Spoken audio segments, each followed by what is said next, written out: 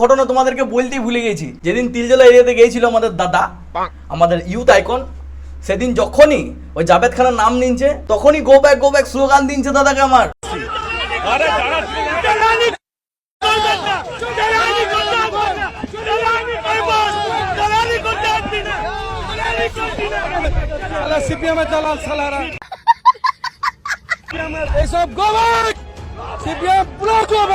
দাদা যেইখানে যে সেইখানে গো ব্যাক স্লোগান খেছে। বাংলা মিডিয়া তোমাদেরকে ওগুলা দেখাবে না, আমি তো দেখাবো। यही नहीं अभी और सुनिए। দাদা তুমি যতই করো ওইখানকার লোক কিন্তু জাভেদ খানকে ভোট দেবে, এর কারণ জিজ্ঞেস করে লজ্জা দেবেন না।